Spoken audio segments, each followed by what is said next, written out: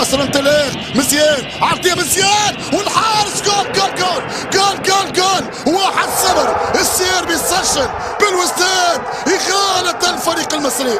كورة في الشبكة أساء تقديرها الشناوي، يسجل بالكور، نعم بالكور كبير الشان قال القروابي.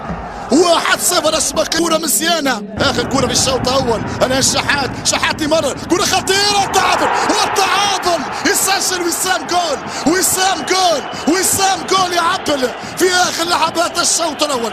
الأهلي يرجع للعبة.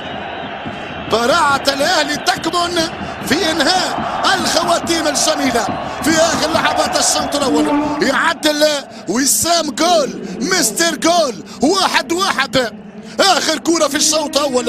الأهلي يرفض الخسارة، يرفض أن يخسر. وسام القناص، وسام كورة في الجول. روعة يا ولدي، روعة.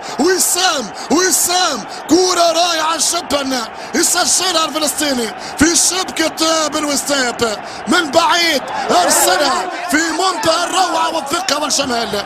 الهدف الثاني كورة في الزاوية الصعبة على الحارس مصطفى الزغبة.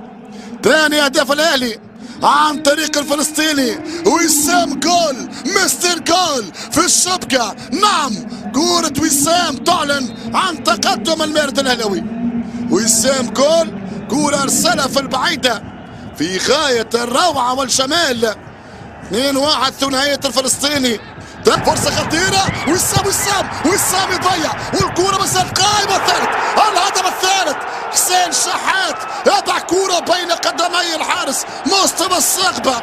والثالث الأهلي، الهدف الثالث للفريق الأهلاوي. الأهلي لا يرحم، إنه الأهلي يا السادة. الأهلي يتقدم بالثلاثة، والثالث عن طريق الشحات. ضغط من جانب الفريق الأهلاوي، يربك دفاعات بالوستاد، والفريق الجزائري يدفع الثمن بهدف ثالث في مرماه.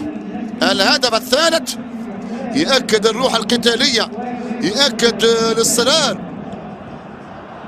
الاصرار والتلاحم الكبير. شبه كورة في خلق الفرص، هذه محاولة خطيرة، ثلاثية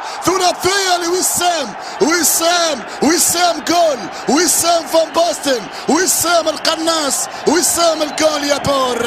هي ثلاثية، نعم ثلاثية في لقاء اليوم، والمجموعة 4. وسام هو البطل في هذا اللقاء. الأخطاء بالجملة في دفاعات بالوستاد، والفدائي لا يرحم. هذه المرة من خارج المنطقة يثبت وإغالة مصطفى الزغبة. 4-1. انتصار كبير للفريق الأهلاوي، للماروية، خاصة في الشوط الثاني. هنا بالأوراق البديلة كانت أوراق رابحة. يطير الفنان إمام، والسادس على طريقة روبي باتشو. يسجل إمام 6-1.